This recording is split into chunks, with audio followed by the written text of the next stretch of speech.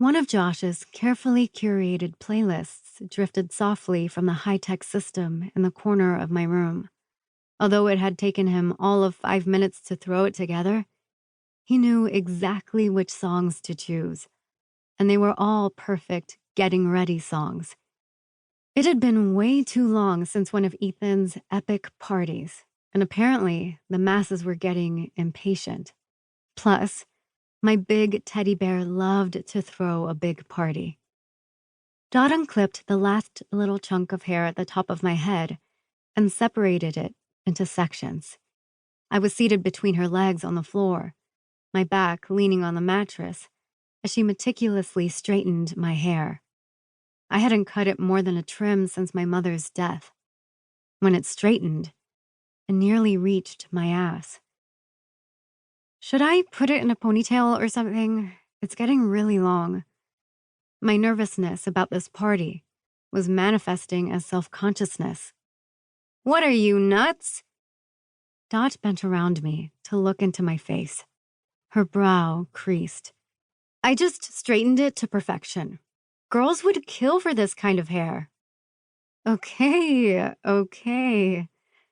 I held my hands up, but chuckled. It was nice to see her spunk back. Her vibrant, loud, over-the-top personality had faded each day her brother and Vital had been missing. Charlie had been rescued over a month ago, along with dozens of other Vitals. He sat on the bed behind us, leaning on the headboard, flicking through my latest edition of New Scientist. He must have found something to hold his attention, because we hadn't heard a comment or a page flip in a while.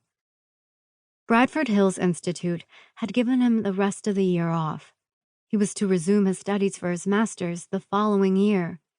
But for now, he was spending most of his spare time with us. He'd obviously missed Dot.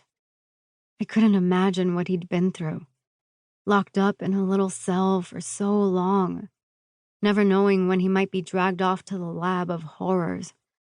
It made me sick to my stomach.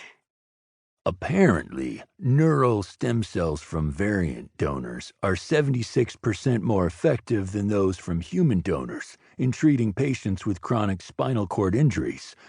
The transplanted stem cells develop into new neurons that replace severed or lost nerve connections and almost completely restore motor and sensory function. Charlie piped up from behind us, solving the mystery of what had him so engrossed. Oh, really?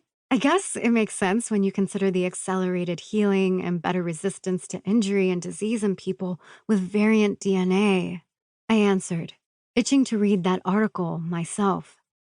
Dot nudged my head to face forward again. No nerd talk. Stop moving. I've only got one section to go. I kept still as she dragged the last section of my chocolate brown hair painfully slowly through the straightener. I had a feeling she was doing it just to bug me. There, done, she declared, finishing it off with some anti-frizz shit that smelled sickly sweet and made me sneeze. She went straight to my closet and flicked through the hangers. You sure I can't convince you to wear a dress? Hanging next to my mother's poppy print dress were rows of clothes I'd purchased on a recent trip to the city with Dot. Charlie and Ethan had come too, as well as a full Melior Group security detail. We were able to pretend the agents weren't there for most of it. And I'd learned how enjoyable spending money could be when you didn't have to worry about packing all your purchases into one easy-to-carry bag. For tonight, I'd opted for skinny jeans and a blood-red sweater with a V-neck. My suede ankle boots, one of 3 newly purchased pairs of shoes, went perfectly with it. The outfit was nowhere near as dressy as Dot's was going to be, but I thought I looked nice, and I was warm and comfortable.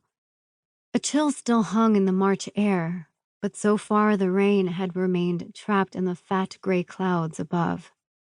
Nah, I finally answered. I like what I'm wearing, and it's too cold for a dress.